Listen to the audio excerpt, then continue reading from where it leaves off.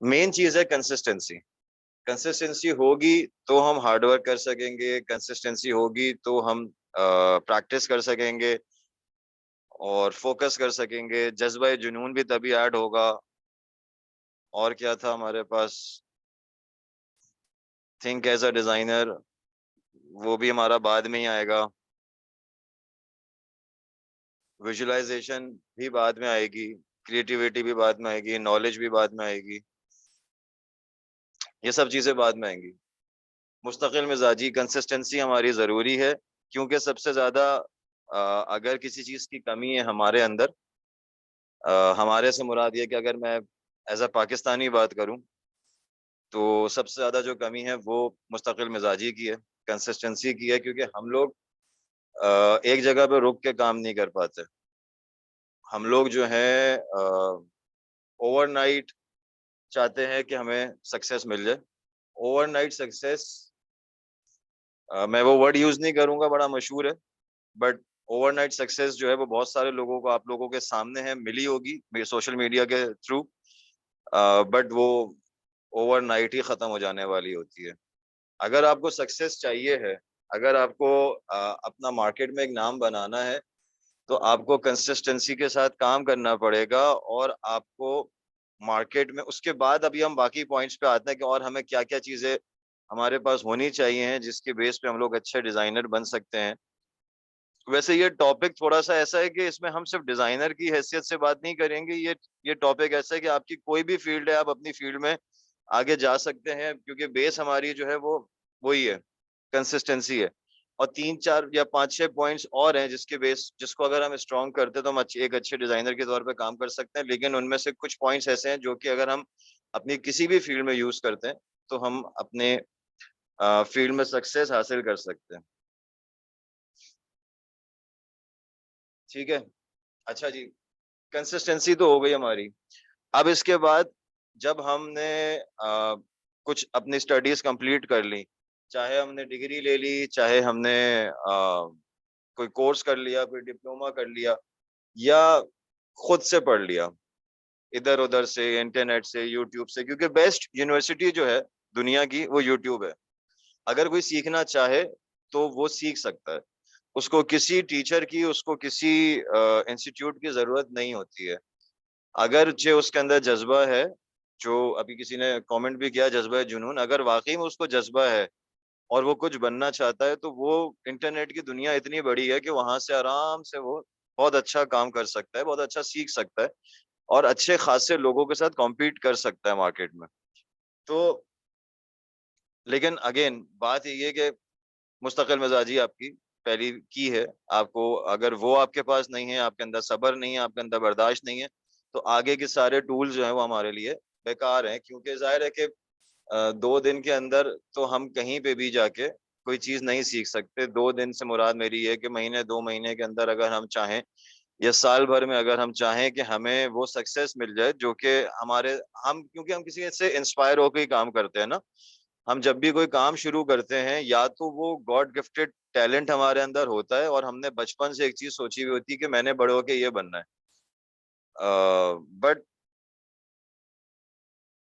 कुछ लोग ऐसे होते हैं जो कि किसी को देख के, किसी से इंस्पायर होके उस फील्ड को चूज करते हैं। अब हमारी सोच ये होती है कि जितना वो कमा रहा है या जितनी सक्सेस उसके पास है, उतनी सक्सेस मुझे भी मिल जाए।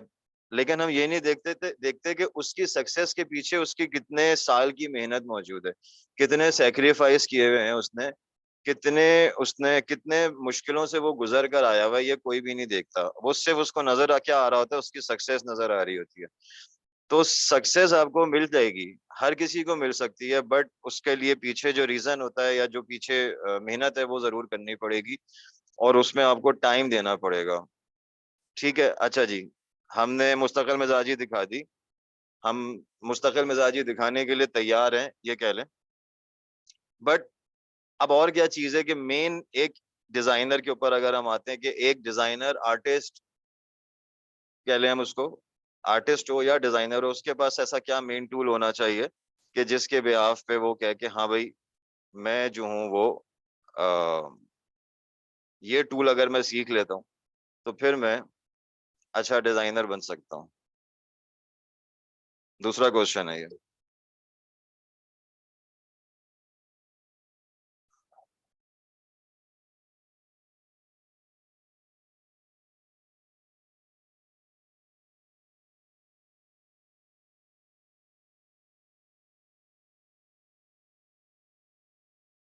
Knowledge, visualize, creative, good visualization and stakeholder management, keep up. अच्छा, ये तो पुराने वाला है।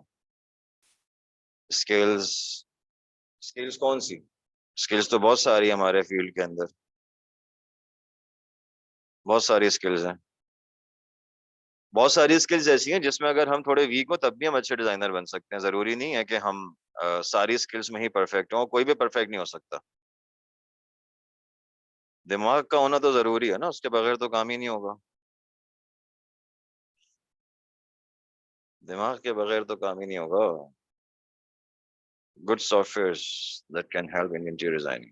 नहीं, सॉफ्टवेयर। अच्छा, एक चीज मैं यहाँ पे छोटी सी और क्लियर कर दूं कि बहुत सारे लोगों के माइंड में ये भी चीज होती है कि सॉफ्टवेयर सीखना जरूरी है एक इंटीरियर डिजाइनर को। ऐसा नहीं है, कतई ऐसा नहीं है। ये आपकी एक्स्ट्रा स्किल है, ये आपका बोनस है, ये आपका प्लस पॉइंट है। बहुत अच्छी बात है अगर आपको सॉफ्टवेयर चलाना आता है, सॉफ्टवेयर में डिजाइनिंग करनी आती है। आपकी एक्स्ट्रा स्किल है, आपको आउटसोर्स नहीं करना पड़ेगा। जो पैसे आप बाहर किसी को दे रहे हो, वो पैसे आप खुद अपने पास रख सकते हो। ये एक एक्स्ट्रा स्किल के तौर पे तो हम इसको काउंट कर सकते हैं।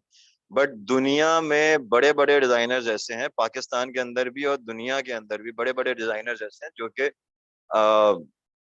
बगैर सॉफ्टवेयर के भी मतलब बगैर सॉफ्टवेयर सीखे भी अच्छे डिजाइनर्स हैं। वो काम कर रहे हैं, वो अपने डिजाइनिंग जो है, वो 3D डिजाइनिंग जो है वो आउटसोर्स कर लेते हैं। क्योंकि बहुत सारे लोग ऐसे हैं जिनका कंप्यूटर्स पे इंटरेस्ट नहीं है ना कुछ खास। जरूरी नहीं है कि सब लोग कंप्यूटर्स पे ही बहुत ज्यादा इंटरेस्ट लें। तो इसके लिए आपको क्या कहते हैं, बहुत ज्यादा कुछ टाइम देना पड़ता है। अच्छा जी। Brainstorming for new ideas. अच्छा, पिक करने की सलाहियत।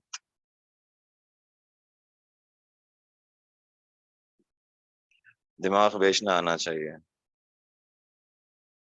Game of words, social skills, how to convince client,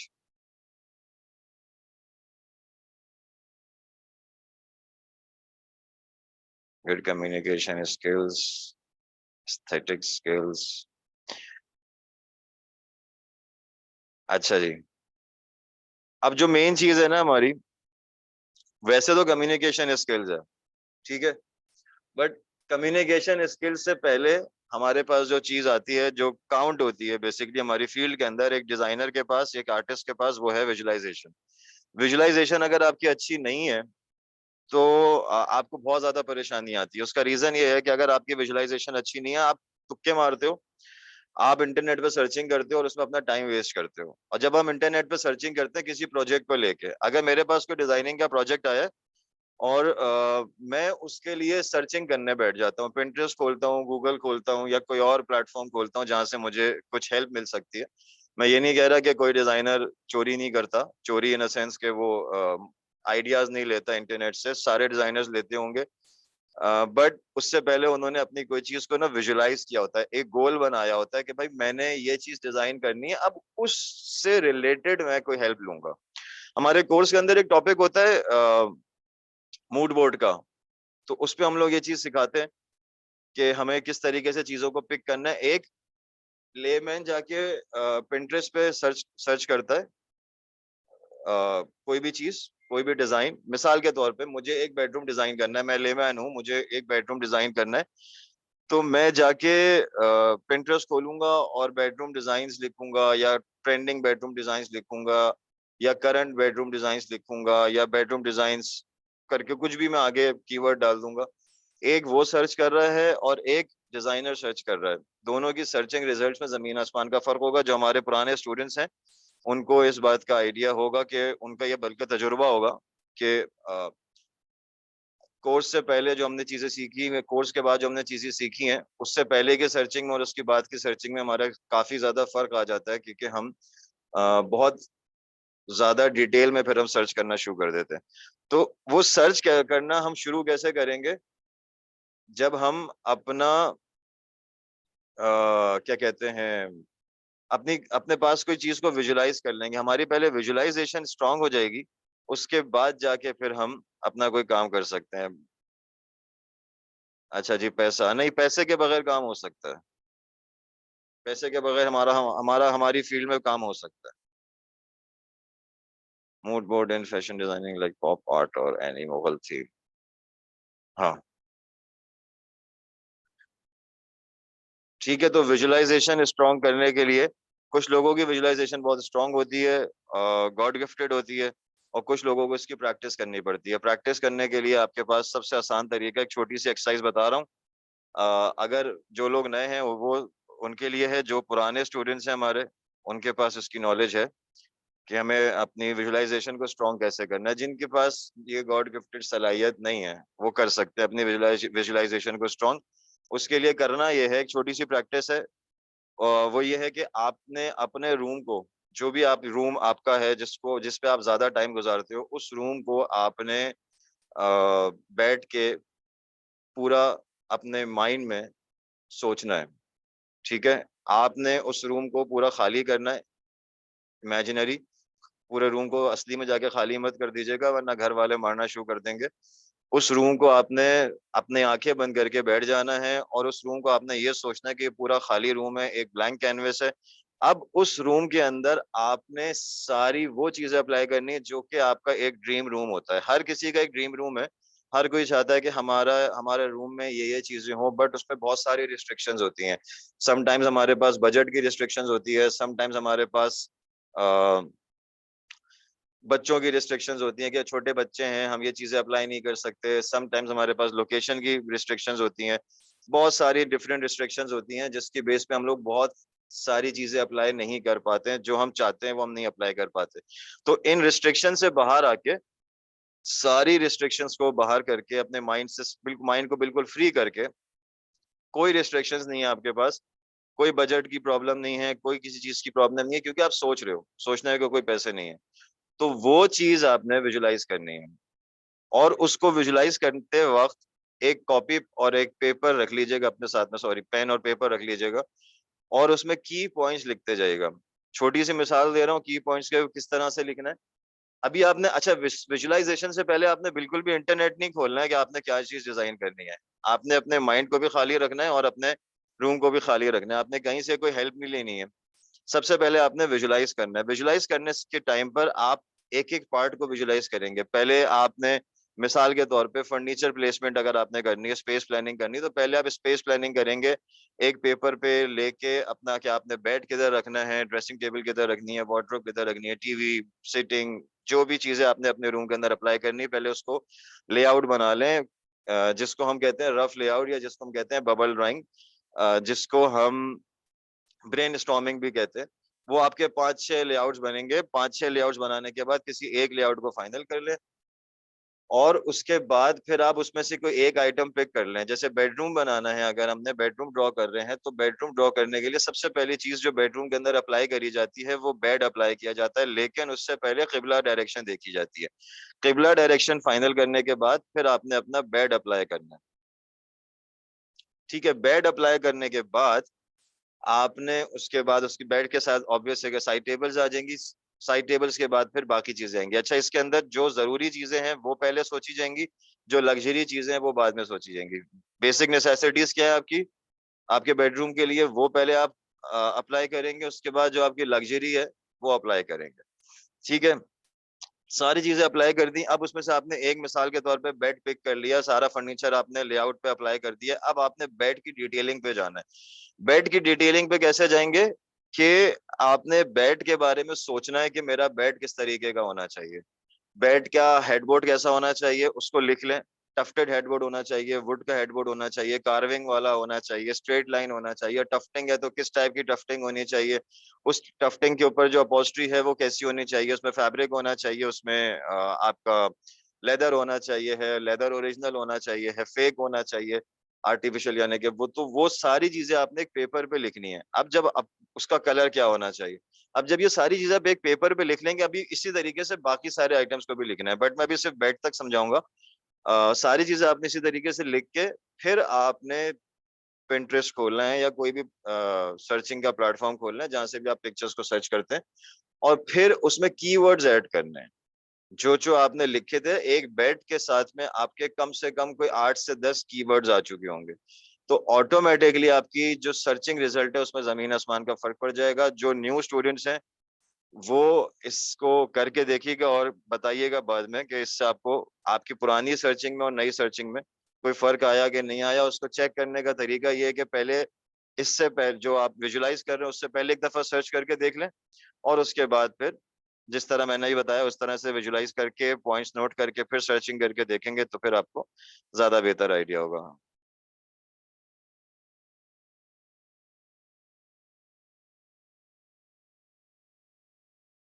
ठीक है।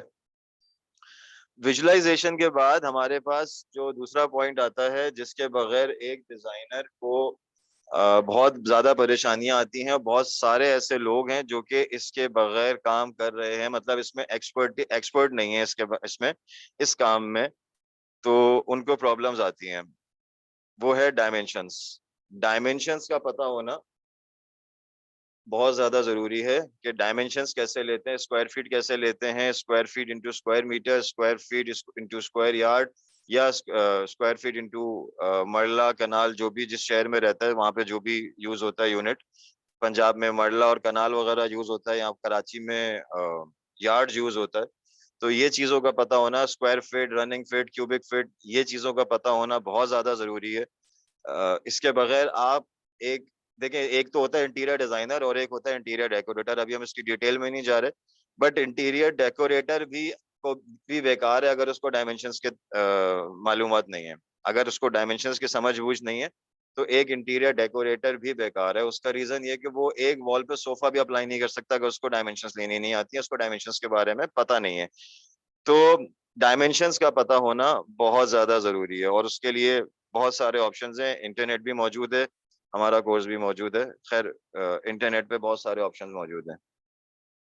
ठीक है। अच्छा, उसके बाद डायमेंशंस के बाद आपकी स्पेस प्लानिंग, जो मैंने आपको ये बताया कि थोड़ी देर पहले कि आपने रूम जब डिजाइन करना है अपना या विजुलाइज करना है तो उसके लिए आपके डायमेंशंस होनी चाहिए। डायमेंशंस के साथ में आपकी स्पेस प्लानिंग होगी तो फिर आपको ज्यादा बेहतर तरीके से काम करना आएगा।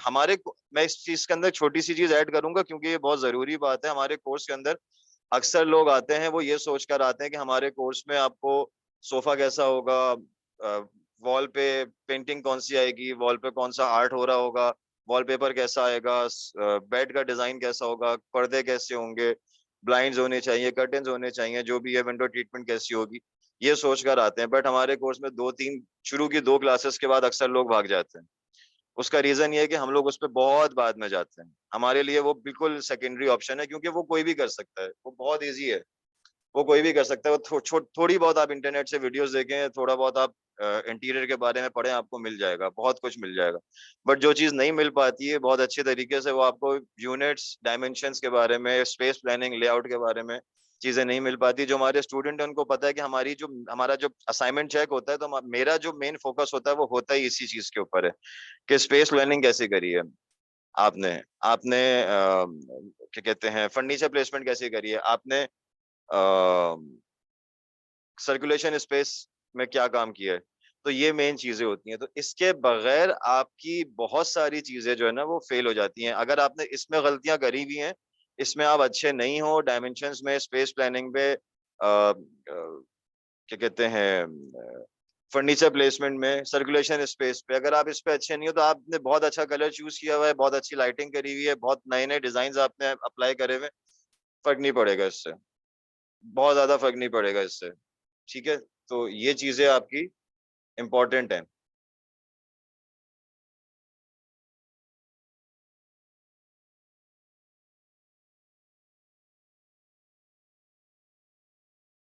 इसके बगैर आपकी जो है ना बहुत ज्यादा चीजें खराब होती हैं। अगर आपकी डायमेंशंस में क्लैरिटी नहीं है, डायमेंशन, स्पेस प्लानिंग, इन सब में क्लैरिटी नहीं है, उसके बाद अगर हम किसी चीज के ऊपर ज्यादा फोकस करते हैं ना तो वो है हमारी मटेरियल नॉलेज। आपने विजुअलाइजेशन सीख ली, उसमें आप चैंपियन हो गए, आपने स्पेस प्लानिंग और मेजरमेंट्स के ऊपर आपने अपनी वर्किंग कर ली, उसमें आप चैंपियन शुरू में नहीं हो सकते। ठीक है, आप विजुअलाइजेशन में चैंपियन किसी हद तक हो सकते हो घर बैठे बैठे, लेकिन आप उस पे नहीं हो सकते, क्या कहते हैं आपको, स्पेस प्लानिंग और डायमेंशंस पे आप घर बैठे बैठे चैंपियन नहीं हो सकते। उसके लिए आपको प्रैक्टिस करनी पड़ेगी। घर बैठे बैठे से मुराद ये कि बगैर प्रैक्टिस के नहीं हो सकते, प्रैक्टिस करनी पड़ेगी, ज्यादा आपको प्रैक्टिस करनी पड़ती है उसके लिए। अब आपको अगर आपको कोई बाहर से प्रोजेक्ट्स नहीं मिल रहे तो आप अपने आप को प्रोजेक्ट्स दोगे, आप अपने आप को प्रोजेक्ट्स दे के उसमें आप अपनी प्रैक्टिस करोगे, तब जाके आप उसमें अच्छा काम कर सकते हो। मटेरियल नॉलेज उसके बाद आती है हमारी, कि मटेरियल की नॉलेज हमारी कितनी है, हम कितना मटेरियल के बारे में जानते हैं। अब मटेरियल नॉलेज के लिए आपको क्या करना है, आपने अपनी मार्केट में सर्वे करना है। जिस शहर में आप रहते हो उस शहर में दो किस्म की मार्केट्स हैं।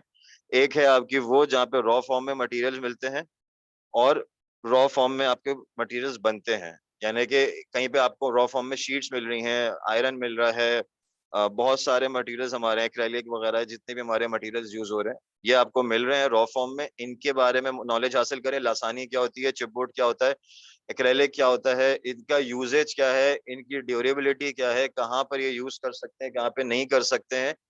प्लस इसके अलावा जो चीज है हमारे पास वो है दूसरी। अच्छा, फिर एक तो आपने ये देख लिया, दूसरा फिर ये आइटम बनते कहाँ पर हैं, उनके वर्कशॉप्स कहाँ पर हैं। आपके हर किसी के शहर में ये मार्केट्स मौजूद हैं।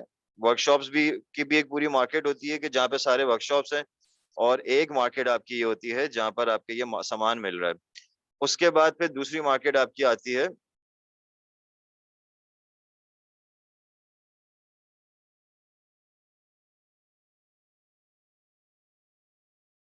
इसके अलावा आपकी दूसरी मार्केट आती है, वो है वो मटेरियल जहां पर, जो वो मार्केट जहां पे रेडीमेड मटेरियल मिल रहा है। ठीक है, जहां पे आपको ये सारा मटेरियल तैयार मिल रहा है, जहां पर आपको सोफा बना बनाया मिल रहा है, जहां पर आपको बेड बना बनाया मिल रहा है। लेकिन अगर आप डायरेक्टली उस मार्केट को पहले सर्वे करोगे तो आपको नहीं पता कि उस सोफे के अंदर मटेरियल क्या लगा हुआ है। सोफे में सिर्फ फैब्रिक और फोम नहीं होता, या उसकी बेस नहीं होती, उसके अंदर और 5 मटेरियल्स होते हैं। वो कैसे लग रहे हैं, कितनी क्वांटिटी में लग रहे हैं, कितना कौन सा मटेरियल अगर हम अंदर से कम कर देते हैं हमारी कितनी कॉस्ट कटिंग हो जाती है, और कितना नुकसानदेह क्लाइंट के लिए हो जाता है। तो ये सारी चीजें आपको मार्केट सर्वे से मिलेंगी। तो मार्केट सर्वे आपको पहले रॉ मटेरियल वाली मार्केट में करना है, उसके बाद आपने वर्कशॉप्स पे जाके विजिट करना है, और उसके बाद जाके आपने रेडीमेड मटेरियल्स वाली मार्केट में विजिट करना है। चाहे आप जॉब करने के लिए अपने आप को तैयार कर रहे हो, या आप कहीं पे बिजनेस अपना अपना बिजनेस स्टार्ट करने के लिए तैयार कर रहे हो, आपने इंटीरियर डिजाइनर बनना है। ठीक है, अब इंटीरियर डिजाइनर दो तरीके के ना, एक तो जॉब कर रहा है, एक अपना बिजनेस कर रहा है। दोनों के लिए जो है वो मार्केट सर्वे नंबर 1 पॉइंट है, कि उसको मार्केट का सर्वे जरूरी करना है। ठीक है, कुछ कमेंट्स आए हुए हैं। ऑफर्स ऑनलाइन पर्सनली एक्सपीरियंस, अच्छा जी, thank you. How would we know how much material required for some space, ये प्रैक्टिस से पता चलेगा। थोड़ी सी मार्केट आपको करना देखनी पड़ेगी, थोड़ी सी इसके बारे में स्टडी करनी पड़ेगी। हर जगह का मटेरियल आपको, हर जगह पे फॉर्मूला अलग यूज करना पड़ता है। ऐसा नहीं है कि कोई एक फॉर्मूला होगा कि हाँ जी मैंने किचन बनाना है तो मेरे इस किचन में इतना मटेरियल लगना है, ऐसा नहीं होता। आपके पास जब बेसिक्स आ जाएंगे तो फिर आप अपनी कॉस्टिंग खुद ही कर सकते हैं। अभी हम आ रहे हैं उस टॉपिक पे। डिफिकल्ट सब चीजें हैं, जब तक है डिफिकल्ट, जब तक कि आप उसकी तह तक नहीं घुसोगे। जब तक आप उसकी तह तक नहीं घुसोगे आपको हर चीज मुश्किल लगी। जब आप उसकी डेप्थ में चले जाओगे तो फिर आपको मुश्किलात कम से कम आपकी होती रहेंगी, और एक्सपीरियंस सिखाता रहता है आपको।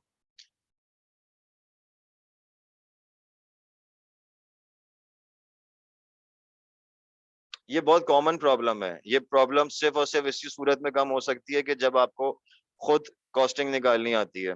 अभी मैं आ रहा हूँ उस पे। मटेरियल नॉलेज के बाद हमारे पास जो है वो हम इसी को चले बजटिंग को ही ले आते हैं। पहले अब बजटिंग को ले आते हैं। बजटिंग, कॉस्टिंग, जो भी नाम दे दें उसको, ये चीज हमारी बहुत ज्यादा जरूरी है। और ये कैसे होगी, ये इसके साथ ही जुड़ी हुई बात है। मैं जब मार्केट सर्वे करूंगा रॉ मटेरियल वाली मार्केट में, तो मुझे पता चलेगा लासानी की शीट कितने की मिल रही है। लासानी यानी कि एमडीएफ, बेसिकली उसका नाम लासानी नहीं है, नाम पड़ गया उसका लासानी, उसका नाम एमडीएफ है, माइल्ड डेफिनेशन फाइबर बोर्ड। तो वो शीट कितने की मिल रही है, चिपबोर्ड की शीट कितने की मिल रही है, एचडीएफ की शीट कितने की मिल रही है, जिप्सम की फॉल सीलिंग अगर मुझे करनी है तो उसकी शीट कितने की मिल रही है, उसमें 2x4 वाली 4x8 वाली भी आती है, 2x2 वाली भी आती है। तो कौन सी शीट कितने के मिल रही है, उसके एल्युमिनियम चैनल के क्या प्राइस है, शीशा कितने का है, 5 mm, 8 mm, 12 mm, बहुत डिटेलिंग है ना। तो जब मैं मार्केट सर्वे करूंगा रॉ मटेरियल वाली, तो मुझे उनके रेट्स पता चलेंगे, मैं अपनी एक डायरी बनाऊंगा जिसके ऊपर मैं रेट्स लिखूंगा। अच्छा, ये रेट्स चेंज होते रहते हैं, ठीक है। तो ऐसा नहीं है कि हमने आज मार्केट सर्वे कर लिया तो अब हम 1 साल के बाद जाएंगे दोबारा उठेंगे, हाँ जी अब हमें मार्केट में निकलना है, ऐसा नहीं है। ये रोस्ट रेट्स चेंज होते हैं, आजकल बहुत ज्यादा रेट्स चेंज हो रहे हैं डॉलर की फ्लक्चुएशन की वजह से। वरना पहले ही होता था कि 2 महीने 3 महीने के बाद इनकी फ्लक्चुएशन होती थी, बट बहुत ज्यादा बड़ी फ्लक्चुएशन नहीं होती थी, 50-60 रुपए की होती थी, बट अब ज्यादा फ्लक्चुएशन होती है। तो अब हमें मार्केट को रोजाना की बेसिस पे अपडेट करना पड़ता है। रोजाना की बेसिस पे अपडेट आप कैसे करेंगे, जरूरी नहीं है कि आप रोज मार्केट जा सकें। तो जब आप मार्केट जाते हैं तो उनसे कॉन्टेक्ट बनाएंगे, जो भी शॉपकीपर्स हैं उनसे कॉन्टेक्ट बनाएंगे, उनसे उनका व्हाट्सएप नंबर लेंगे, उनकी कैटलॉग्स लेंगे। कैटलॉग्स पहले फिजिकल फॉर्म में होती थी, अब पीडीएफ फॉर्म में है तो ज्यादा इजीली आपको मिल जाती है, पहले मुश्किल से मिलती थी। तो उसके बाद जाके फिर आप उनसे कहेंगे कि भाई आप हमें अपनी ब्रॉडकास्ट में एंड शामिल कर लो, ताकि आपके जब भी रेट्स अपडेट हो तो हमारे हमारे पास नोटिफिकेशन आ जाए, ताकि हम अपने किसी क्लाइंट को गलत रेट ना दे दें। बहुत दफा ऐसा होता है कि हमारे पास अगर रेट्स की नॉलेज नहीं है, हम मार्केट में अप टू डेट नहीं है और हमने कहीं पे रेट दे दिया तो हम फंस भी जाते हैं। तो ये आपका काम तभी हो सकता है जब आप मार्केट को सर्वे कर रहे हो अच्छे तरीके से, ठीक है। तो ये चीज आपकी जरूरी है, मार्केट से रिलेटेड है। अब जब आपने मार्केट सर्वे कर ली रॉ फॉर्म की, अब आप जाओगे क्या कहते हैं, वर्कशॉप्स वाली जगह पे, जहाँ पे सामान ये सारा बन रहा है, मटेरियल तैयार हो रहा है। अब आप वर्कशॉप्स पे जाके अपनी कॉस्टिंग चेक करोगे, अपने जो वर्कशॉप्स में जो आपके वेंडर्स हैं उनसे जाके आप रेट्स लोगे कि भाई मेरे पास एक ऑर्डर है, एक मुझे बेड बनाना है, उस बेड के अंदर मेरी कैलकुलेशन के हिसाब से इतनी शीट्स लगनी है। वर्कशॉप पे आप दो तरीकों से काम कराते हो, एक आप विथ मटेरियल करवाते हो और एक आप विदाउट मटेरियल करवाते हो, उसमें आप सिर्फ उनको लेबर देते हो। अब वो आपके ऊपर डिपेंड करता है, एक बहुत लंबी डिबेट है ये, इसके ऊपर हम अभी नहीं जाएंगे वरना टॉपिक से हम हट जाएंगे। तो आपको वहां से रेट का आइडिया मिलेगा कि लेबर क्या आ रही है और कॉस्ट मेरे मटेरियल की क्या आ रही है। उसके बाद फिर आप जाओगे रेडीमेड मटेरियल पे, रेडीमेड मटेरियल वाली मार्केट पे जब आप जाओगे तो फिर आपको पता चलेगा कि भाई मेरी कॉस्टिंग आ रही थी, मैं एक मिसाल दे रहा हूँ, मेरे पास एक बेड बनाना है, उस बेड की मेरे पास जो मटेरियल की कॉस्ट आ रही है वो आ रही है 1 लाख रुपए, और लेबर मुझसे ले रही है 50,000 रुपए, तो ये हो गए 1,50,000। अब जब मैं रेडीमेड मटेरियल की मार्केट में जाता हूँ, किसी शोरूम पे विजिट करता हूँ, तो वहां पे मुझे 1.5 लाख का भी बेड रेडीमेड मिल रहा है, मुझे 2 lakhs का भी मिल रहा है, मुझे 3 का भी मिल रहा है, मुझे 4 का भी मिल रहा है। तो अब मैं ये चेक करूंगा कि मैंने किस कैटेगरी के मैं किस कैटेगरी का बेड बना रहा हूँ, किस क्वालिटी का बेड बना रहा हूँ, सामने वाला मुझे क्या चीज लगा के दे रहा है। वो आपको आइडिया तभी होगा जब आपने सारी मार्केट्स को अच्छी तरीके से सर्वे किया होगा। ये एक दिन का काम नहीं है, आपको इसमें मेहनत करनी पड़ेगी। And how to identify which market is best for purchase, ये तो हर किसी को खुद ही आइडेंटिफाई करना है। मैं यहाँ पे अभी किसी की मार्केट का नाम नहीं ले रहा हूँ, हर शहर के अंदर अलग अलग मार्केट्स हैं, मुझे नहीं पता आप कौन से शहर से ताल्लुक रखती हैं। कराची के अंदर बहुत बड़ी बड़ी मार्केट्स हैं, बट ये आपको खुद सर्वे करना है, ये कोई नहीं बताएगा। अगर आप ये चीजें किसी से पूछने पे जाएंगे तो आपको कभी भी सही गाइडेंस नहीं मिलेगी। हमारी मुल्क में कोई भी इस तरीके से आपको डायरेक्ट जाके जगह पे नहीं पहुंचा देगा। मैं फिर भी बैठ के यहाँ पे बता देता हूँ, हम अपने कोर्स में तो खैर बता ही देते हैं स्टूडेंट्स को कि एटलीस्ट कराची के हद तक तो हम जरूर बता देते हैं, क्योंकि मुझे जो कराची की मालूमात है वो मैं आगे फॉरवर्ड कर सकता हूँ। बट ऑनेस्टली स्पीकिंग, मेरे ऊपर भी भरोसा मत करें, किसी के ऊपर भरोसा नहीं करें, खुद मार्केट्स को सर्वे करें। कराची के अंदर 5 से 6 मेन मार्केट्स हैं रॉ मटेरियल वाली, और 5 से 6 मेन मार्केट्स हैं रेडीमेड मटेरियल्स वाली, जहां पर आप जाके सर्वे कर सकते हैं। बहुत सारे शोरूम्स हैं, बहुत सारे वर्कशॉप्स हैं, बहुत सारे रॉ मटेरियल्स की मार्केट है, ये आपको खुद मिलेंगी। शीट्स का रेट सब जगह पे आपको सेम मिलेगा, 50-100 रुपए का फर्क मिलेगा, 50-100 रुपए से ज्यादा आपको फर्क नहीं मिलेगा। वो एरिया वाइज फर्क होता है, इतना तो चलता है। बट अगर आप, वही वाली बात है, अगर आप बगैर सर्वे के बगैर वर्किंग के जाओगे तो कोई भी आपको जो है वो बता देगा, मतलब कुछ भी रेट बता देगा, और आपके पास कोई क्रॉस चेक करने की बात ही नहीं होगी। आप हवा में कोई रेट दे दोगे तो वो और सब पक्का हो जाएगा कि भाई इसके पास कोई नॉलेज नहीं है। और मार्केट में लोग तैयार बैठे हुए हैं कि वो तो ढूंढते हैं कोई ऐसा कस्टमर आए जिसके पास बिल्कुल भी नॉलेज ना हो, तो वो 3,000 की शीट जो वो 4,000 में भी दे देगा आपको, और आप लेकर आ जाओगे। वो आपको 5,000 बताएगा और आप 4,000 उसको कम करवा के ले आओगे, लेकिन जो प्योर मार्केट्स हैं या वो लोग हैं जो मार्केट को थोड़ा सा सर्वे करके जाते हैं, तो उनको समझाना और उनको बेवकूफ बनाना इन शॉर्ट मुश्किल होता है। ठीक है जी। तो ये बजटिंग जो है आपका मार्केट सर्वे से ही लिंक है। मार्केट सर्वे अगर आपका होगा तो ही, और मटेरियल नॉलेज होगी तो ही आप बजटिंग पे आ सकते हो। बजटिंग एक ऐसा टॉपिक है कि जिसके बगैर मेरे हिसाब से बहुत सारे लोग फेल हैं। अगर मुझे आपने सारे काम अच्छे करे में बजटिंग आपके पास अच्छी नहीं है, तो उसका सबसे बड़ा नुकसान पता है क्या है? कि आपको एक सहारे की जरूरत रहती है। आप वेट करते हो कि मेरा वेंडर आ जाए, या आपको ऐसा अपने पास कोई एम्प्लॉय रखते हो जिसने क्वांटिटी सर्विंग का कोर्स किया हुआ होता है, जिसको बजटिंग आती है, तो फिर आप उसके भरोसे पे होते हो। अब वो अगर कहीं पे भी कोई डंडी मारता है तो आप उसको पकड़ नहीं सकते। या कोई अगर आप वेंडर से कॉस्टिंग लेते हो तो आप वेंडर को पकड़ नहीं सकते, आप उसको ग्रिप नहीं कर सकते। अच्छा, ऐसा नहीं है कि हर कॉस्टिंग हम अपने आप से करके क्लाइंट को दे देते हैं। हम भी जब कॉस्टिंग करते हैं तो हम भी वेंडर से कंफर्म करते हैं, बट उससे पहले अपनी कॉस्टिंग करके बैठे हुए होते हैं। फिर वेंडर को बुलाते हैं, फिर वेंडर से कॉस्टिंग करवाते हैं ताकि क्रॉस चेक हो जाए। और उसी दौरान में समटाइम्स वेंडर हमें गलत कॉस्ट दे रहे होते हैं, फिर अपनी कॉपी इनके सामने रख देते हैं कि हर आइटम को हमने बारिफिकेट किया हुआ होता है, स्प्लिट किया हुआ होता है कि भाई इतनी शीटें लग रही हैं, इतनी लकड़ी लग रही है, इतना पेंट हो रहा है, इतनी पॉलिश हो रही है, इतनी लेबर, इतना ग्लू, इतनी कीले। ये सब चीजें हम उसको फिर बता देते हैं, तो वो फिर हमें नहीं ज्यादा बेवकूफ बना सकता। बट अगर आपकी इसकी नॉलेज अच्छी नहीं होगी ना, क्या कहते हैं, बजटिंग की, मटेरियल नॉलेज आपके पास नहीं होगी, बजटिंग आपके पास अच्छी नहीं होगी, तो फिर आप किसी ना किसी सहारे पे रहोगे, और सहारे में आपको कहीं ना कहीं पे धोखा मिल सकता है। मैं किसी के ऊपर ब्लेम नहीं कर रहा, बट ये मार्केट प्रैक्टिस है, तो इसके ऊपर आपको एक प्रॉब्लम रहती है। ठीक है जी। उसके बाद उसके बाद आपके पास जो मेन चीज है वो हम कलर को ले आते हैं। कलर की नॉलेज, कलर की थ्योरी आपके पास इनफैक्ट होनी चाहिए, उसकी टेक्निक आपके पास होनी चाहिए कि कलर की टेक्निक क्या है। कलर एक इतना बड़ा टॉपिक है कि हमारे काम के अंदर वो बहुत ज्यादा फर्क डालता है, बहुत ज्यादा फर्क डालता है। आपका काम बहुत अच्छा भी लग सकता है, आपका काम बहुत बुरा भी लग सकता है, अगर आपने कलर्स को सही चूज नहीं किया। और कलर को चूज करने के लिए बहुत डिटेल टॉपिक है। मैं कोशिश करूंगा कि नेक्स्ट टॉपिक जो है ना, हम लोग नेक्स्ट सेशन जो है वो हम कलर्स के ऊपर रखेंगे, तो हम टोटल कलर के ऊपर बात करेंगे, क्योंकि बहुत डिटेल टॉपिक है। तो मगर बहरहाल अभी आप अपने पॉइंट्स में इस चीज को नोट कर लें कि आपका जो आपके पास जो स्किल्स हैं, उसमें आपके पास मेन चीज होनी चाहिए कलर्स, और इसके साथ में लाइटिंग।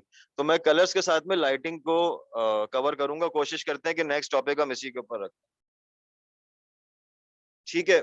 अच्छा जी, इसके बाद आ जाते हैं दुनिया का सबसे मुश्किल तरीन काम। वो क्या है? कमेंट करें। दुनिया का सबसे मुश्किल तरीन काम बोल रहा हूँ।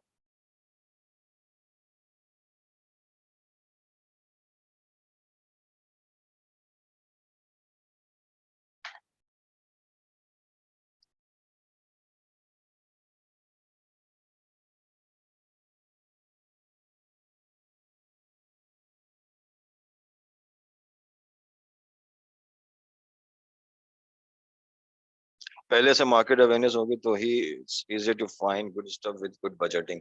हाँ, तो पहले से कैसे होगी? कभी ना कभी तो मार्केट में निकलेंगे तभी नॉलेज होगी ना। मैंने क्वेश्चन किया है, उसका आंसर करें।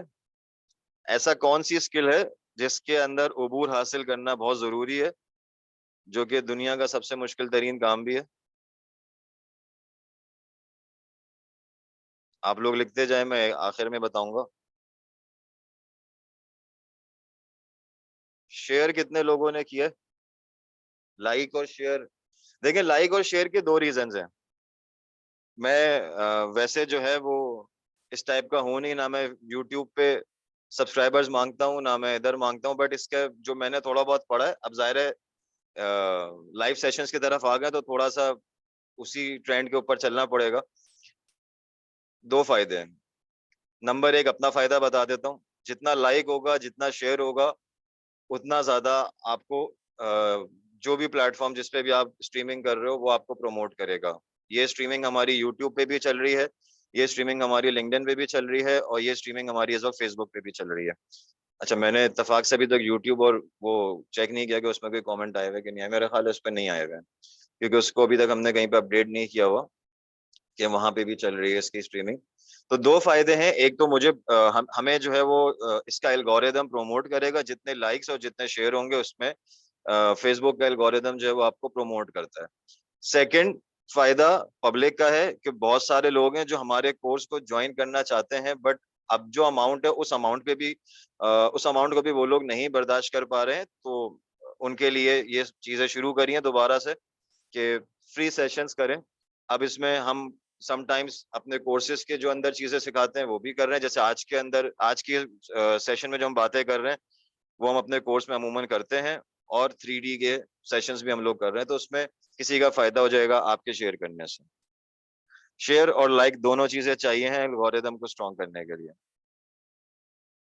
सिर्फ 4 शेयर्स हुए हैं, शेयर ज्यादा होने चाहिए। अच्छा जी, कमेंट्स आए हैं। क्लाइंट को कन्विंस करना, if you are working remotely then how we can make budget of other cities. अच्छा, इसके ऊपर अभी आते हैं, इस टॉपिक को इस क्वेश्चन को दोबारा कर लीजिएगा, इसके ऊपर आते हैं अभी।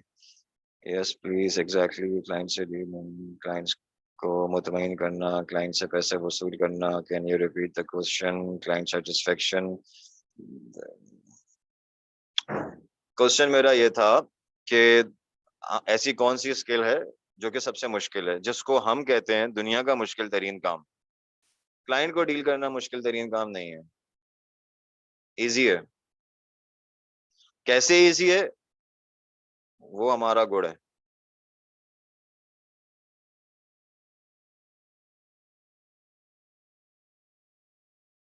वो हमारे स्टूडेंट्स को पता है।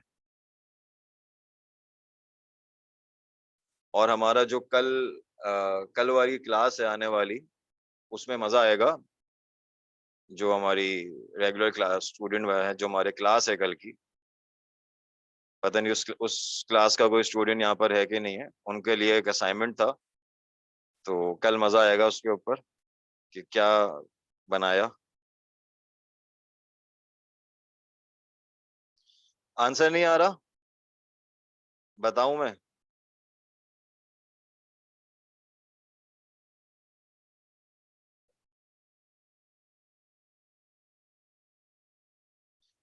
बट सर वो गुड़ सबको नहीं आता, सबको आ जाता है, सबको आ जाता है। हम आपको ऐसी टिप्स बताते हैं कि आप कर सकते हो कन्विंस क्लाइंट को।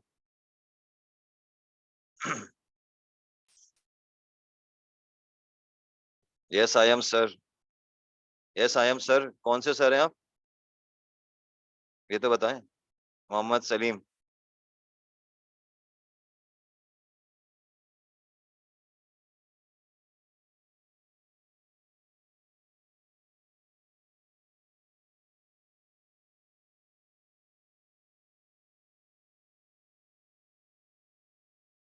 नहीं, टुमारो इट्स न्यू सेशन, नहीं नहीं नहीं।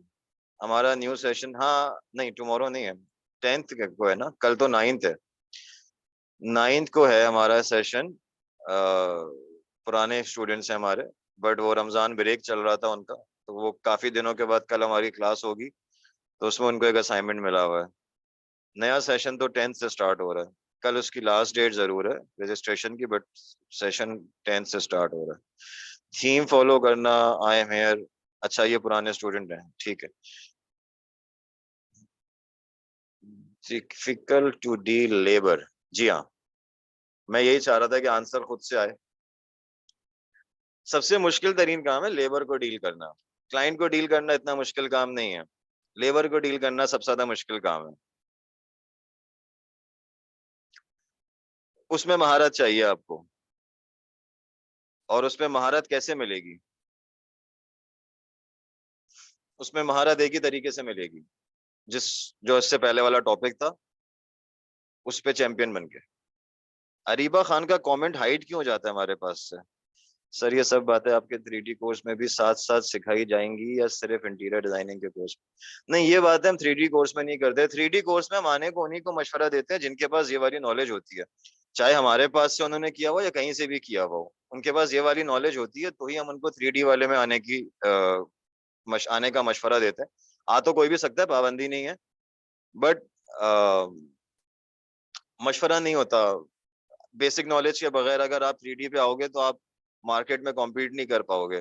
कहीं से भी आपके पास ये वाली नॉलेज हो तो आप 3D के कोर्स पे आओ, वरना पहले वो वाला कोर्स करें नॉर्मल वाला, या कहीं से भी थोड़ी बहुत नॉलेज हासिल करें इस चीजों के ऊपर। जरूरी नहीं हमारा कोर्स हम ही कोर्स करा रहे हैं, दुनिया में पाकिस्तान में बहुत अच्छे अच्छे लोग हैं जो ये वाला कोर्स करा रहे हैं। अच्छा जी, innovation and uniqueness ready work is hard for many. हाँ, कह सकते हैं। 3D में क्या क्या है?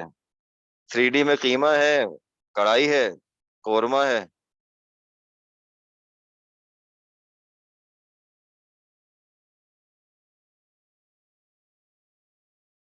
ठीक है, 3D में क्या क्या है उसका बहुत लंबा कंटेंट है, उसको इंस्टा पे या फेसबुक पे या व्हाट्सएप पे मैसेज करके कंटेंट ले लें। स्केचअप और कुहुम के दो सॉफ्टवेयर हैं उसमें।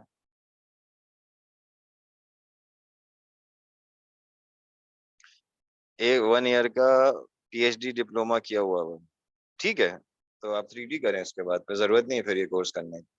अच्छा जी, हम कोर्स की मार्केटिंग नहीं करने बैठे हुए यहाँ पे अभी, कोर्स की मार्केटिंग कर लेंगे बाद में। अभी हम अपने टॉपिक पे रहते हैं। टॉपिक हमारा था कि हमारे पास कौन सी ऐसी स्किल है जो कि बहुत ज्यादा मुश्किल है। मुश्किल स्किल जो है वो क्लाइंट डीलिंग से ज्यादा हमारे पास लेबर है। लेबर डीलिंग, वेंडर डीलिंग सबसे ज्यादा मुश्किल है। इसको सीखने के लिए, इसमें एक्सपर्ट होने के लिए, इसमें चैंपियन बनने के लिए, वेंडर को ग्रिप करने के लिए जो बेस्ट फॉर्मूला है वो यही है कि आपके पास मटेरियल नॉलेज हो, आपके पास ये सारी चीजें होनी चाहिए जो इससे पहले हमने बात करी है। आपके पास जो सर्वे है, मार्केट सर्वे, आपको बहुत सारे वर्कशॉप्स का पता होना चाहिए। अच्छा, एक चीज और इसमें छोटी से राज की बात बता रहा हूँ, वो ये है कि आपने कभी भी एक वेंडर के ऊपर भरोसा नहीं रख के चलना है। मिसाल के तौर पे हम कारपेंटर की बात कर रहे हैं। हाँ, मीठे में कुहू में। मिसाल के तौर पे अगर हम कारपेंटर की बात कर रहे हैं कि मुझे एक बेड बनवाना है, तो जाहिर सी बात है मुझे कारपेंटर ढूंढना है, बढ़ाई। तो अब मैं एक कारपेंटर को नहीं सर्च करूंगा, मतलब मैं एक कारपेंटर को लेके उससे सारी कॉस्टिंग करके और भरोसा करके अपने क्लाइंट को रेट दे दूं, ऐसा कभी भी नहीं करूंगा। मेरे पास कम से कम 3 वेंडर्स होने चाहिए, 3 कारपेंटर्स होने चाहिए एट अ टाइम। ठीक है, और उन तीनों के काम मैंने देखे हुए होने चाहिए।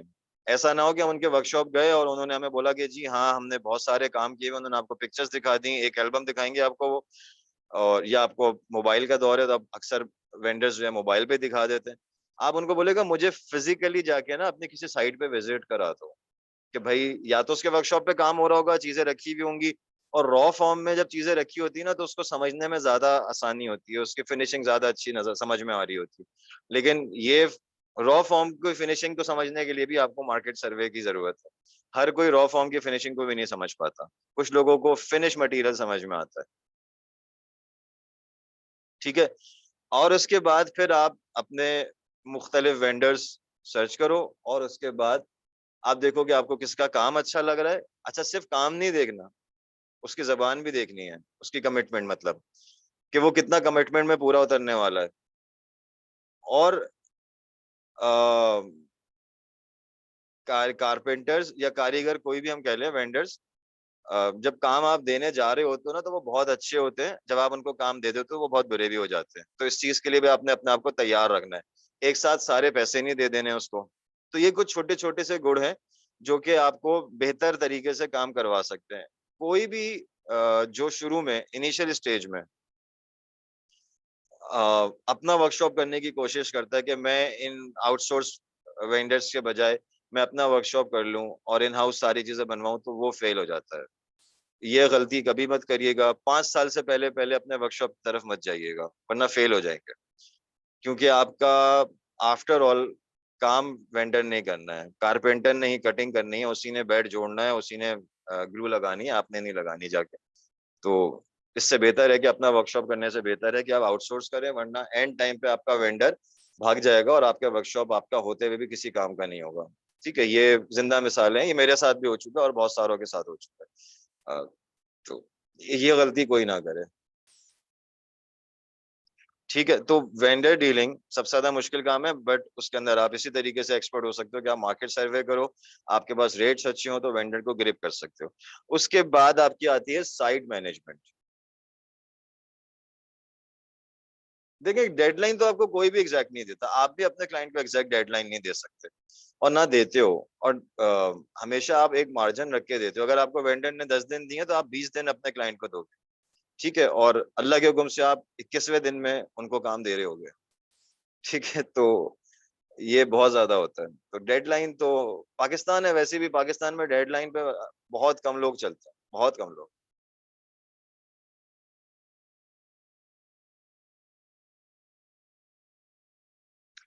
इसके बाद जो टॉपिक है ना हमारा, जो पॉइंट है बेसिकली वो है हमारा क्या कहा था मैंने, site management. Site management, supervision, कुछ भी नाम दे दें इसको, ये बहुत ज्यादा हमारा जरूरी टॉपिक है या जरूरी हुनर है। सुपरविजन जरूरी है। बहुत सारे लोग एक गलती करते हैं जिसमें ऊपर वाली चीजें मैंने शामिल कर रहा हूँ, मार्केट सर्वे, वेंडर डीलिंग, और हर किस्म की मार्केट सर्वे या मटेरियल नॉलेज, ये सब चीजें भी शामिल है। साथ में इसके आप सुपरविजन भी ऐड कर लें।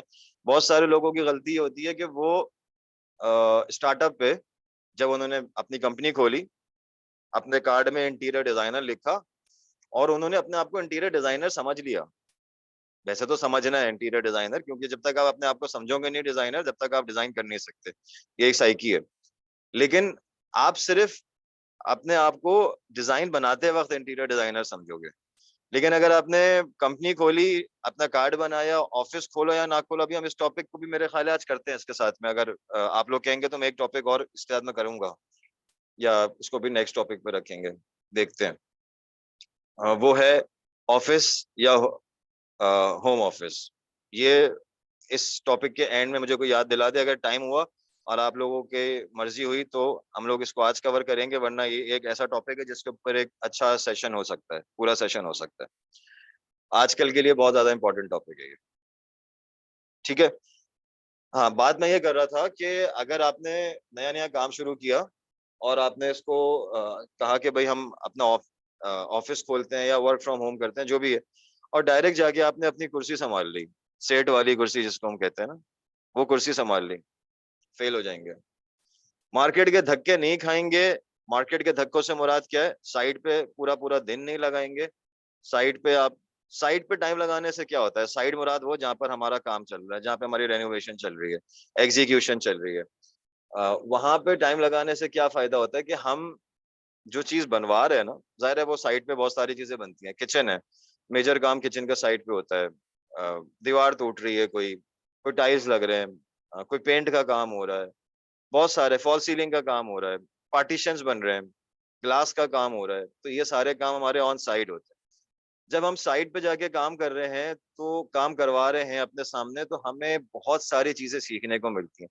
पॉलिश अगर आप होगे, आपको कोई इंस्टीट्यूट, कोई यूनिवर्सिटी, कोई टीचर आपको पॉलिश नहीं कर सकता। आपको सिर्फ दो चीजें पॉलिश कर सकती हैं, वो है आपका वर्कशॉप पे टाइम गुजारना, वो, और दूसरा आपका साइट पे टाइम गुजारना। वो जगह है जहाँ पर काम हो रहा है।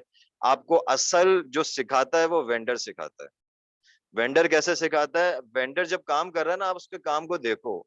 आप ये देखो कि कटिंग कैसे हो रही है। आपने नहीं करनी अपने हाथ से कटिंग, आपको नहीं करना अपने हाथ से पेंट। लेकिन जब आप एक वक्त गुजार लोगे ना, अब आपके पास एक पेंटर है जो एंड टाइम पे भाग गया, अब आपको एक नया पेंटर चाहिए, अब आप मार्केट में निकलते हो पेंटर ढूंढने के लिए। अब एक पेंटर को आपको काम देना है, एक आपका, आप जिस वेंडर को काम दे रहे हो, जाहिर है आपकी एक एक जिम्मेदारी है उसके ऊपर कि भाई आपने काम अच्छा करवाना है ना। क्योंकि क्लाइंट आपको बोलेगा, वेंडर को नहीं पकड़ेगा। वो आपको पकड़ेगा कि भाई मैं वेंडर को नहीं जानता, अगर मुझे वेंडर से ही डील करना होता तो मैं आपको काम नहीं देता।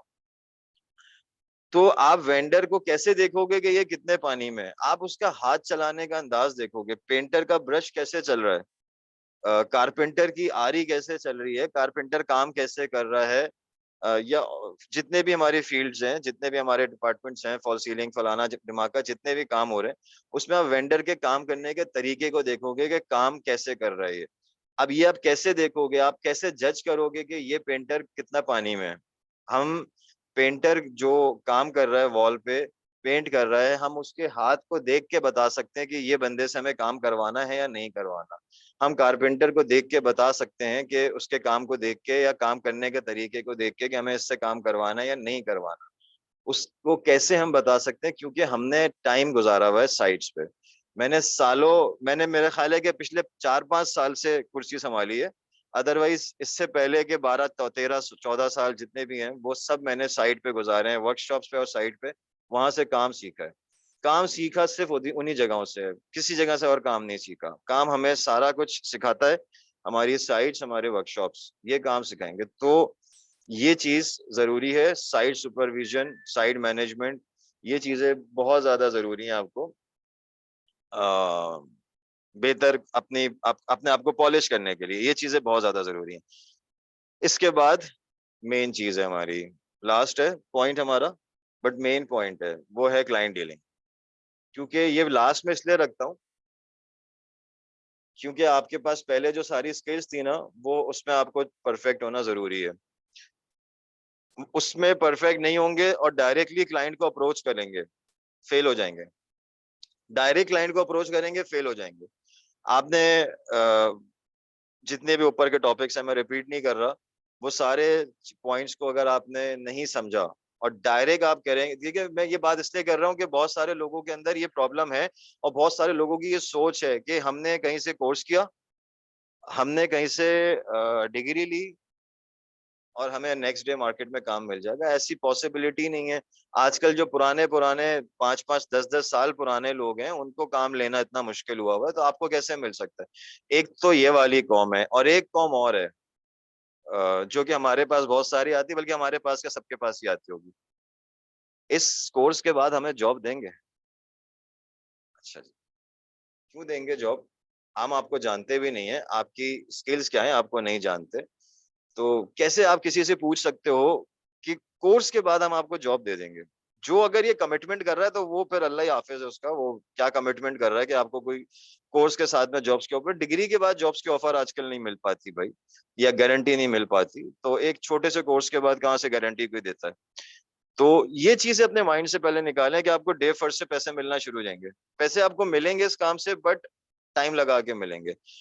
और फिर आप अपने रेट्स पे काम कर सकते हो। ठीक है ना, आप अपने रेट्स पे काम कर सकते हो। आपको पे मार्केट से कंपटीशन नहीं करना है। एक तो वैसे भी कंपटीशन नहीं करना चाहिए, क्योंकि कंपटीशन आपको पीछे करता है मेरी नजर में। बहुत सारे लोग इससे इख्तिलाफ करते हैं मेरी बात से कि कंपटीशन जो है वो आपको पीछे करता है। मेरा मानना ये है कंपटीशन इसलिए पीछे करता है क्योंकि आप अपनी सोच से हट जाते हो, अपने गोल से हट जाते हो। आपको अपने गोल पे रहना है और आपने अपना मार्केट में अपना नाम बनाना है ना, किसी और के नाम पे थोड़ी जाना है, किसी और से मैच नहीं करना है अपने काम को। तो आपने अपना काम बनाना है। तो ये चीज मेरी नजर में थोड़ी सी अजीब सी है। बहुत सारे लोग इख्तिलाफ कर सकते हैं, इससे करें, अपनी अपनी राय है लोगों की। बट आपको ये चीजें मार्केट में बहुत मुश्किल से मिलेंगी। अच्छा, तो क्लाइंट डीलिंग जो है ना, वो उसमें आपको चैंपियन बनना है। क्लाइंट डीलिंग में चैंपियन बनने के लिए आपके पास मेन पावर क्या है? आपके पास मेन चीज क्या है? आपके पास मेन टूल क्या है आपके पास क्लाइंट डीलिंग के लिए? जल्दी से आंसर करिएगा।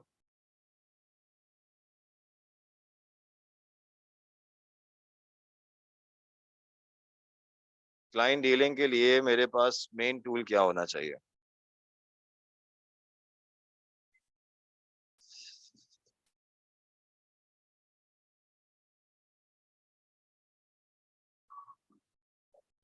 और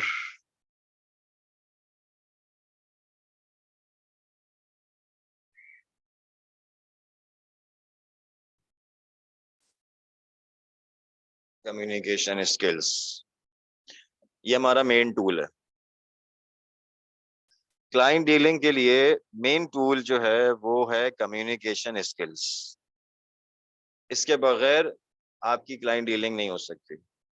आपने सारी ऊपर वाली स्किल्स में एक्सपर्टीज हासिल कर ली, आपने वेंडर डीलिंग सीख ली, मटेरियल नॉलेज हो गई, जितने भी ऊपर वाले टॉपिक्स हैं हमारे सारे पे आपने कर लिया, डायमेंशंस, विजुअलाइजेशन, सारी बातें कर ली। लेकिन अगर आपके पास कम्युनिकेशन स्किल्स नहीं है, आप आगे काम नहीं कर पाते। आप क्लाइंट को ग्रिप, जो बहुत सारे लोगों की शिकायत है ना कि क्लाइंट नहीं रुकता, क्लाइंट भाग जाता है, क्लाइंट को हम कैसे ग्रिप करें, उसका रीजन यही है, कम्युनिकेशन पावर नहीं है आपके पास। सच बोलें सबसे पहली चीज, कि आप जितने पानी में है ना उतने आप पानी ही दिखाएं क्लाइंट को। ये ना दिखाएं कि भाई मैं हूं अभी इनिशियल स्टेज पे, बट मैंने अपनी प्रोफाइल में अगड़म पगड़म पकड़ दकड़ 11 करके जो है ना 10 प्रोजेक्ट्स अपलोड करे हुए हैं। मेरे जो प्रोजेक्ट्स है ना बस वही मेरी प्रोफाइल पे होने चाहिए, मेरी वेबसाइट पे, मेरे सोशल मीडिया पे, मेरी हर जगह पे मेरे वही वही चीजें अपलोड होनी चाहिए जो मैंने बनाई हुई है, मतलब जो मेरी कंपनी ने बनाई, जिसको मैं ओन करता हूँ, जिसका मेरा कॉपीराइट है। मैं ठोक बजा के उसको अपने हर प्लेटफॉर्म पे अपलोड कर सकता हूँ, कोई आके मुझे उस पर क्लेम नहीं कर सकता कि भाई आपने ये पिक्चर जो है वो गलत पोस्ट करी हुई है। ठीक है, सबसे पहली चीज तो ये, अपनी प्रोफाइल पे सिर्फ अपनी चीजें अपलोड करें। अब अपनी चीजें, बहुत सारे लोगों का सवाल ये आएगा कि भाई इनिशियल स्टेज में हमारे पास प्रोजेक्ट्स है ही नहीं, तो प्रैक्टिस करें, अपने आप को प्रोजेक्ट्स दें, अपने घर वालों से अपने आप को प्रोजेक्ट्स दें, डमी प्रोजेक्ट्स बनाएं, डमी प्रोजेक्ट्स अपलोड करें, कोई मसला नहीं है। आपने प्रोजेक्ट बनाना है, आपने एक फिनिश प्रोडक्ट दिखानी है कि आप काम कर सकते हो। ठीक है ना, आपको मैंने अभी बताया कि आपने विजुअलाइजेशन करनी है, विजुअलाइजेशन का मूड बोर्ड बनाएं, कि वो मूड बोर्ड बना के आप उसको अपलोड करें अपने सोशल मीडिया पे, या जो जिधर भी आप अपनी मार्केट कर सकते हैं वहां पे अपलोड करें। उससे फ्रीलांस काम पकड़ें, फ्रीलांस वेबसाइट पे जाके उसको अपलोड करें, वहां से आपको $10 में एक मूड बोर्ड, मिनिमम रेट बता रहा हूँ, $10 पे एक मूड बोर्ड सेल होता है, तो वहां पे जाके आप उसको अपलोड करें, तो आप डमी प्रोजेक्ट्स बना के अपनी प्रोफाइल बना लें। बट अपने प्रोजेक्ट्स होने चाहिए, ताकि कल को अगर मैं कहीं पे दिखाने जा रहा हूँ तो कहीं पे मुझे ऐसा ना मिल जाए कि एक क्लाइंट आए बोले भाई ये प्रोजेक्ट आपने थोड़ी बनाया है, ये तो फलाने ने बनाया हुआ, तो वहां पे आपकी बात खत्म हो जाएगी, जीरो हो जाएगी। देखिए, आपको नाम बनाने में 5 साल लगते हैं मिनिमम, और बिगाड़ने में 1 मिनट लगता है।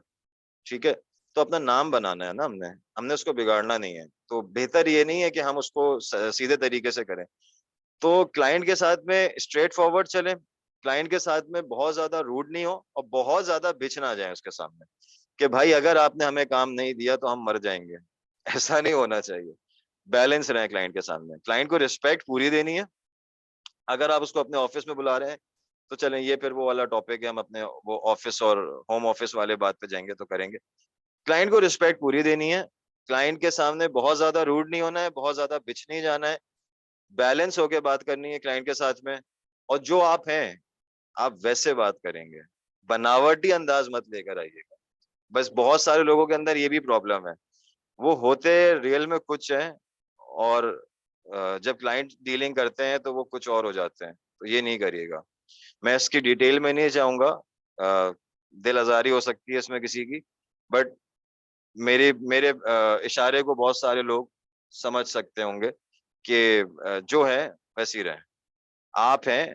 क्योंकि देखिए, आपको आपने क्लाइंट के सामने थोड़ी सी बनावटी अपने चीजें लेकर आ गए ना उसके सामने, और आपको गलती से काम मिल गया, ठीक है, अब आपने उसके साइड पे काम करवाना है। और जब आप उसकी साइड पे काम करवा रहे हैं तो फिर आप तो उसके सामने बार बार जा रहे हैं ना, उसको रोजाना ही उसके घर पे जा रहे हैं, उसका काम करवा रहे हैं, वेंडर से बात कर रहे हैं, अपनी टीम से बात कर रहे हैं। आप नहीं कर सकते वो बनावटी अंदाज, अ, अपना नहीं सकते हर वक्त के लिए। आप जब वेंडर डीलिंग करेंगे तो आप अपनी असलियत पे आ जाएंगे, जब आप अपनी टीम से बात करेंगे तो आप अपनी असलियत पे आ जाएंगे। तो इसलिए वो काम करें जो आप हैं, जो आप रह सकते हैं हर वक्त। बस ये मेन चीज है सर, मूड बोर्ड में जो पिक्चर्स ऐड करते हैं वो भी कॉपीड नहीं होती। नहीं नहीं नहीं, मूड बोर्ड में आप इंटरनेट की पिक्चर्स ऐड कर सकते हैं, उस पर कोई कॉपीराइट्स नहीं है, क्योंकि वो मूड बोर्ड जो है ना बेसिकली वो आपका है। वो जो कैनवस है वो आप ओन करते हो, तो उस कैनवस के अंदर आपने 4 पिक्चर्स ऐड करनी है, टेक्स्ट ऐड करना है, तो वो आपका हो जाएगा वो, उस पर कोई कॉपीराइट किसी भी प्लेटफॉर्म पे नहीं आता। ठीक है, तो ये चीजें हैं क्लाइंट डीलिंग के लिए, और बहुत सारे हैं, डिटेल बहुत लंबी है क्लाइंट डीलिंग के लिए, बट मेन पॉइंट्स मैंने आप लोग को बताए हैं क्लाइंट डीलिंग के लिए। तो इसमें आपको थोड़ा सा अपना हुनर सही करना है, अपने आप को सही करना है। कम्युनिकेशन स्किल्स जो है ना वो मेन चीज है, इसको कम्युनिकेशन को अपने स्ट्रॉन्ग करना है। ये स्किल आपकी जो है ना मेन है, जिसके बेस पर आप अपने क्लाइंट को ग्रिप कर सकते हैं, अच्छे तरीके से उस क्लाइंट को रोक सकते हैं। आपकी कम्युनिकेशन अच्छी होगी तो फिर ही आपका काम जो है वो एक्स्ट्रा ऑर्डिनरी हो सकता है। और ऑब्वियस बात है कि उसके साथ साथ जितनी भी ऊपर हमने स्किल्स पे बात करी है वो भी जोश के साथ होश से काम करना है। होश तो जरूरी है भाई। हाँ जी। देखिए बस जब आप रिमोटली काम करते हैं ना पाकिस्तान से बाहर, तो आप एग्जीक्यूशन नहीं करते, कर नहीं सकते ना। पाकिस्तान से बाहर तो दूर की बात है, आप अपने सिटी से बाहर नहीं कर सकते। हमारे पास आते हैं बहुत सारे लोग लाहौर इस्लामाबाद से कि आप इधर सर्विसेज देते हो। हालांकि मैं चाहूँ तो मैं बहुत इजीली सर्विस दे सकता हूँ, बट उसमें एक बहुत बड़ी जिम्मेदारी है, इसलिए हम लोग नहीं देते। तो उसमें भी कराची से बाहर जितने भी अगर हमें किसी से काम करना होता है या किसी का काम करना होता है, तो हम उनको डिजाइनिंग एंड कंसल्टेंसी सर्विस दे रहे हैं। ठीक है, तो पाकिस्तान से बाहर भी जब आप काम करते हो किसी भी प्लेटफॉर्म पे किसी भी मुल्क में, तो आप जस्ट उनको कंसल्टेंसी और डिजाइनिंग सर्विस दे दो, तो वहां पे आपको बजट की जरूरत नहीं पड़ती। ठीक है ना, वहां पे बजट की जरूरत नहीं पड़ती। वो क्लाइंट अपना इस चीज को जानता है कि आप वो जिससे काम करवा रहा है वो उसके मुल्क का नहीं है, तो वो आपको ये काम नहीं देता। इसमें आपको फ्रीलांस वेबसाइट्स के अंदर एक चीज जरूर मिलेगी, वो है मेरे ख्याल है उसका नाम मुझे एग्जैक्टली याद नहीं आ रहा, वो आइकिया लिस्ट के नाम से कुछ होता है, गिग आपको मिलेगी। उसमें यह है कि जो कुछ चंद कंपनीज हैं, आइकिया जैसी कुछ कंपनीज हैं, उनकी प्राइस लिस्ट आपके पास आपको मिल जाती है।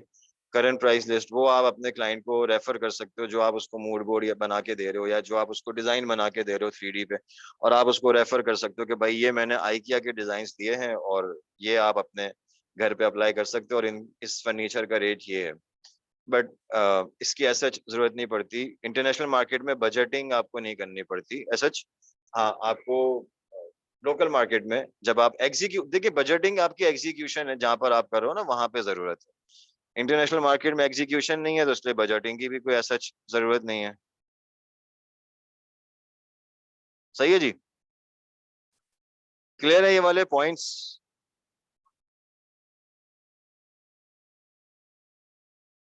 अच्छा, मैंने दो पॉइंट्स अभी बोले थे, एक तो था होम ऑफिस और ऑफिस। एक और पॉइंट शुरू में बोला था, बीच में मुझे याद आया था, मैंने कहा था कि इसको जरा याद दिला दीजिएगा, मैं आज करूं या नेक्स्ट सेशन में करूं। वो पॉइंट कोई बताएगा?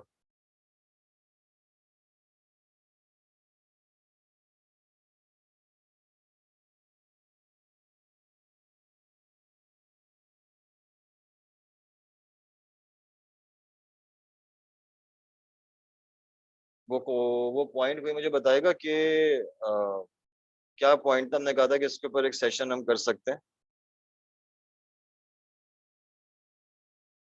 किसी को याद है?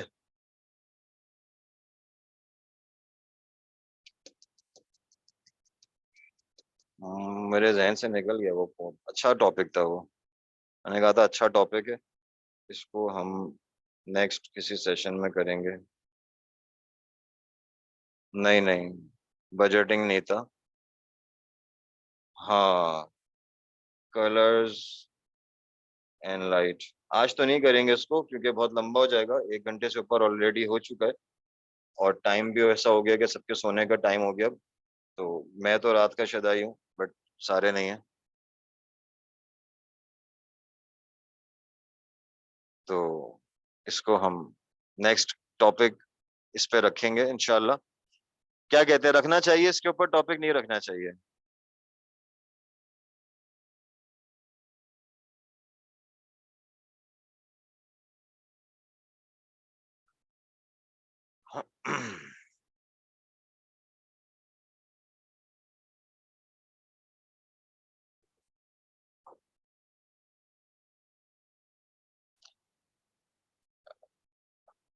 अच्छा जी। मारिया काशिफ, देखें, सर्टिफाइड होना या डिग्री लेके काम करना जरूरी नहीं है। आपको आपको जॉब्स के लिए ये चीजें फिर भी रिक्वायर्ड होती हैं, आजकल के दौर में कम है, बट रिक्वायरमेंट्स पे लिखा होता है बैचलर्स आपको सेम फील्ड में, और लिखा होता है। बट कहीं कहीं पे नहीं भी है। बड़ी बड़ी कंपनीज हैं जो कि आपको स्किल्स पे जॉब दे रही होती हैं। पाकिस्तान के अंदर अभी भी है, अभी भी कमी है कि वो अभी भी डिग्रीज मांग रहे हैं। बट अगर खुद से पूछे ना जाके उस बंदे से जिसने वो जॉब ऑफर करी हुई है, जो भी उस कंपनी का ओनर है, उससे जाके एक सवाल पूछना चाहिए कि भाई तुम्हें इसकी डिग्री चाहिए या इसकी स्किल्स चाहिए, तुम्हें इससे फायदा किस चीज से मिलेगा, उसके पेपर से मिलेगा या उसकी स्किल्स से मिलेगा। तो दुनिया में अब ये बात समझ में आ गई है, एप्पल इतनी बड़ी कंपनी है, स्किल बेस्ड जॉब दे रही है, और बहुत सारी बड़ी कंपनीज हैं जो कि स्किल बेस्ड जॉब दे रही है, क्योंकि दुनिया को पता चल गया कि भाई स्किल्स चाहिए ना हमें बंदे की, हमें बंदे की डिग्री से क्या लेना देना। ठीक है, डिग्री से एक बात का अंदाजा हो जाता है कि हाँ भाई बंदे ने वक्त लगाया हुआ है, लेकिन मैं आपको ऐसे ऐसे डिग्री होल्डर्स दिखाता हूँ इसी फील्ड के अंदर जो कि जीरो है। मतलब बुराई नहीं कर रहा हूँ, बुराई के सेंस में नहीं बोल रहा हूँ, बुराई तो ऑब्वियसली कर रहा हूँ, बट बुराई के सेंस में नहीं बोल रहा हूँ। लेकिन अफसोस है कि डिग्री के बाद भी आप जीरो हो। क्यों जीरो हो? क्योंकि आपने मार्केट में वक्त नहीं गुजारा हुआ। मार्केट में वक्त आप गुजार लो, आपको काम मिल जाएगा। और जॉब्स लेने के लिए आपको थोड़ी सी वही वाली बात है कि आपको अपना पोर्टफोलियो स्ट्रॉन्ग करना है। थोड़े से प्रोजेक्ट्स आप अपने आप को दो, डमी प्रोजेक्ट्स बनाओ, अपने आप को पॉलिश करो, ताकि आप कहीं पे जाके बैठो तो आप उसको बता सको कि भाई ये स्किल्स है मेरे पास, मैं ये बेचने आया हूँ, मेरी ये स्किल्स हैं, आप इसको खरीदो, आप मुझे मत दो। अच्छा, ये भी एक ऑप्शन है, ये एक ऑप्शन भी बड़ा अच्छा है। पता नहीं, शायद मैंने लास्ट किसी किसी सेशन में बोला भी था, मुझे याद पड़ता है। आप कहीं पे जॉब ढूंढते हो ना, आप उसके साथ में एक पॉइंट लिख दो अपने कवरिंग लेटर पे, मैं 1 महीने के लिए फ्री जॉब आपके पास करूंगा।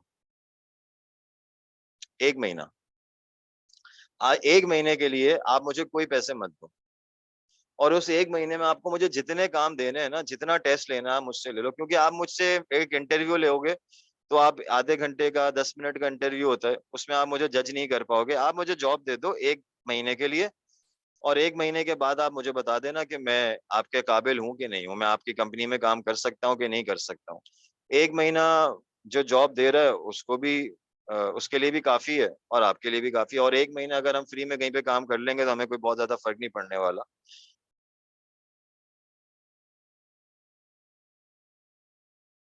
सर्टिफिकेट के बगैर देखिए, मैं अपनी बात अगर करूं, आप शायद नहीं हैं यहाँ पर, जो पुराने स्टूडेंट्स हैं वो जानते हैं, मेरे पास इस फील्ड की कोई डिग्री नहीं है। मैं मगर लोगों को पढ़ा रहा हूँ, मेरे पास कोई डिग्री नहीं है, उसके बावजूद मैं पढ़ा रहा हूँ, लोग मुझसे पढ़ने आ रहे हैं।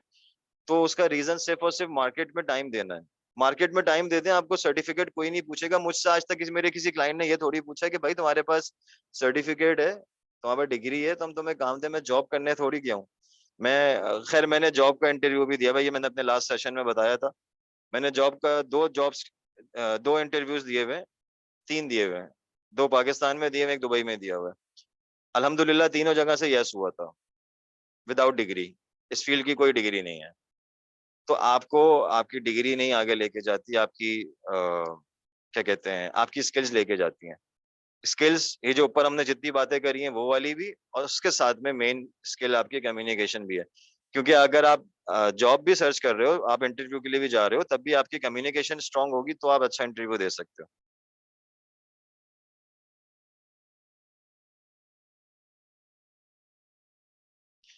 5 उंगलियां बराबर नहीं होती। आपने अगर 2 जगहों पे अप्लाई किया तो आप 10 जगहों पे अप्लाई कर दें, कहीं ना कहीं से आपको ऑफर आ जाएगी। 5 उंगलियां बराबर नहीं होती।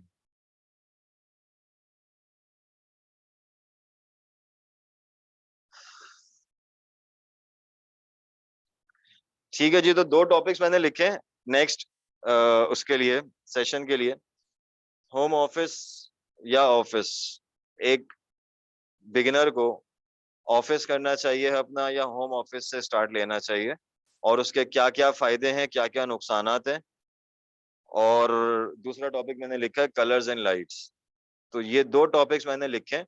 आगे इंशाल्लाह इन 2 टॉपिक्स के ऊपर हम लोग अपना सेशन करेंगे। आज का सेशन मजेदार रहा है जहाँ तक मुझे लगता है। आप लोगों को इससे सीखने को मिला है या नहीं मिला, ये तो आप लोग ही बता सकते हैं। बट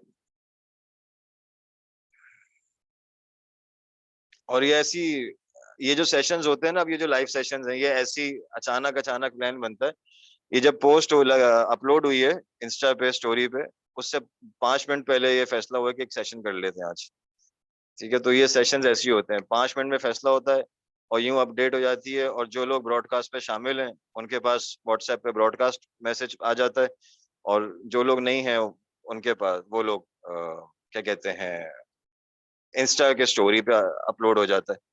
तो जो लोग अभी भी व्हाट्सएप पे नहीं है ब्रॉडकास्ट पे, वो अपने नाम के साथ में एक मैसेज कर दें और एक लिख दें कि उनको ब्रॉडकास्ट पे हम ऐड कर लें, तो वो ब्रॉडकास्ट में ऐड हो जाएंगे, ताकि आपको टाइम टू टाइम मैसेज मिल जाए, क्योंकि अमूमी तौर पे इंस्टाग्राम की स्टोरी हर वक्त कोई फौरी नहीं देख रहा होता।